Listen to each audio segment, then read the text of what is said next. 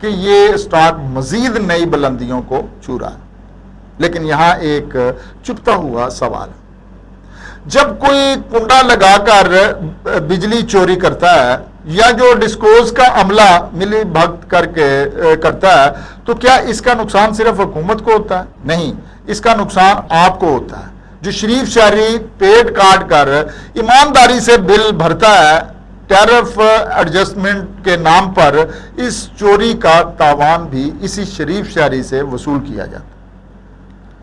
ہم ہر خرابی چور کے کھاتے میں ڈال کر جان چھڑا لیتے ہیں، لیکن پرانی لائنیں اوور لوڈڈ جو ٹرانسفارمرز اور اداروں کی نااہلی بھی تو اسی معیشت کا خون چوس رہی۔ پھر اس آگ پر تیل کا کام کرتا ہے ڈالر اور روپے کا کھیل۔ پاکستان میں بجلی کا بحران صرف انرجی کا مسئلہ نہیں، یہ ہماری کرنسی کا بھی مسئلہ ہے۔ ہمارے بجلی کے بیشتر معاہدے جو ہیں وہ ڈالرز میں ہیں اور درآمدی ایندھن اور غیر ملکی فنانسنگ سے جڑے ہوئے ہیں۔ جب روپیہ گراوٹ کا شکار ہوتا ہے تو بجلی گھر سے آپ کے میٹر تک پہنچنے والے یونٹ پر اخراجات دگنے ہو جاتے ہیں، اور آئی پی پیز اس پر تو خوب سیاست چمکائی جاتی ہے۔ یہ سچ ہے کہ مختلف اداروں میں ایسے معاہدے ہوئے جن کی لاگت کا بوجھ آج عوام اٹھا رہے ہیں۔ حکومت نے 2025 میں آئی پی پیز کے ساتھ مذاکرات کے بعد بوجھ کم کرنے کے دعوے تو کیے، لیکن کیا یہ عارضی مرہم پٹی کافی ہے؟ جب تک پورا پاور ماڈل تبدیل نہیں ہوگا، ریلیف خواب رہے گا۔ یہی وجہ کہ گرڈ کی مہنگی بجلی سے تنگ آ کر پاکستانیوں نے ایک فطری رد عمل دکھایا، سولر پینلز۔ عوام نے کہا کہ اگر ریاست سستی بجلی نہیں دے سکتی تو ہم اپنی بجلی خود بنائیں گے۔ لیکن اب یہاں ایک نیا تضاد جو ہے وہ پیدا ہو چکا ہے۔ جو امیر اور متوسط طبقہ گرڈ چھوڑ کر سولر پر جا رہا ہے، اس کی وجہ سے گرڈ کے مستقل اخراجات اب ان غریب صارفین پر تقسیم ہو رہے ہیں جو سولر لگانے کی استطاعت نہیں رکھتے۔ نیٹ میٹرنگ اور پروزیومر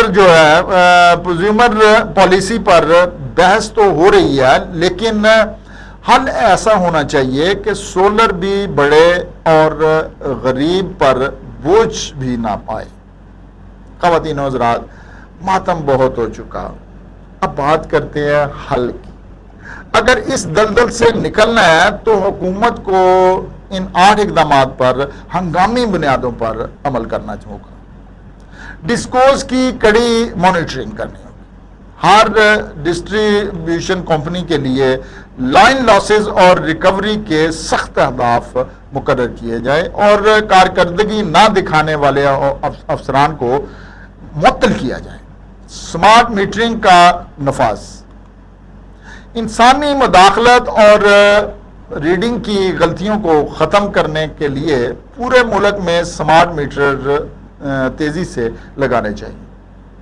اور تیسرا جو ہے وہ یہ ہے کہ ٹرانسمیشن سسٹم کی اپ گریڈیشن کرنی چاہیے۔ اگر ملک کے ایک حصے میں سستی بجلی بن رہی ہے تو ٹرانسمیشن لائنز اتنی مضبوط ہوں کہ وہ بجلی دوسرے حصے تک پہنچائی جا سکے۔ اور چوتھا ہے کہ طویل مدتی کیپیسٹی پلاننگ جو ہے وہ کرنی چاہیے۔ اندھا دھند پلانٹس لگانے کے بجائے یہ دیکھا جائے کہ کس علاقے میں کس وقت کتنی بجلی درکار ہے۔ اور پانچواں یہ کہ بغیر کسی سیاسی دباؤ کے کارروائی کی جانی چاہیے۔ بجلی چور چاہے کتنا ہی بااثر کیوں نہ ہو، اسے جیل کی سلاخوں کے پیچھے ہونا چاہیے۔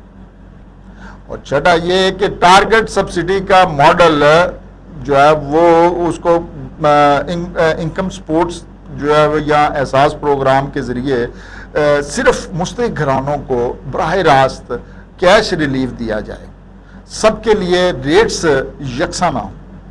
اور ساتواں یہ کہ مستقل انرجی پالیسی ایسی بنائی جائے کہ ہر نئی حکومت آ کر پرانی پالیسی کا دھڑن تختہ نہ کرے، بلکہ توانائی کی پالیسی 20 سالہ قومی ایجنڈے پر ہونی چاہیے۔ تو جناب، پروگرام کے آغاز میں پوچھے گئے سوال پر واپس آتے ہیں۔ پاکستان میں بجلی مہنگی کیوں ہے؟ کیا صرف آئی پی پیز مجرم ہے؟ نہیں۔ کیا صرف بجلی چور ذمہ دار ہے؟ نہیں۔ کیا صرف حکومت کا آئی ایم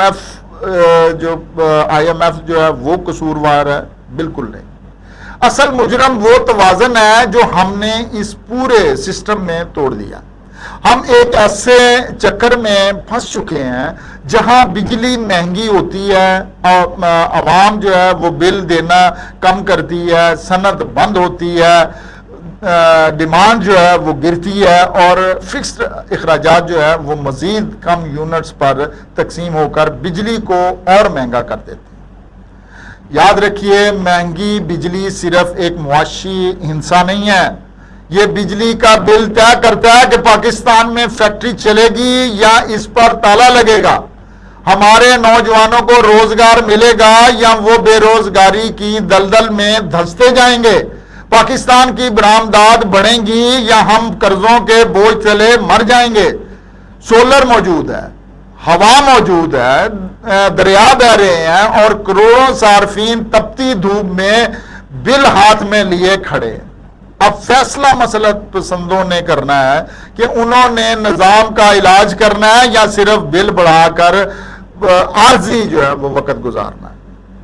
میں ہوں عرفان مصطفیٰ صحرائی، آپ دیکھ رہے تھے کیو ڈی نیوز کا پروگرام مدار، اور جاتے جاتے یاد رکھیے، بجلی کا بل صرف ایک کاغذ کا ٹکڑا نہیں ہوتا، یہ وہ آئینہ ہے جس میں کسی بھی ملک کی معیشت پالیسی کا اصل چہرہ نظر آتا ہے۔ پاکستان زندہ باد۔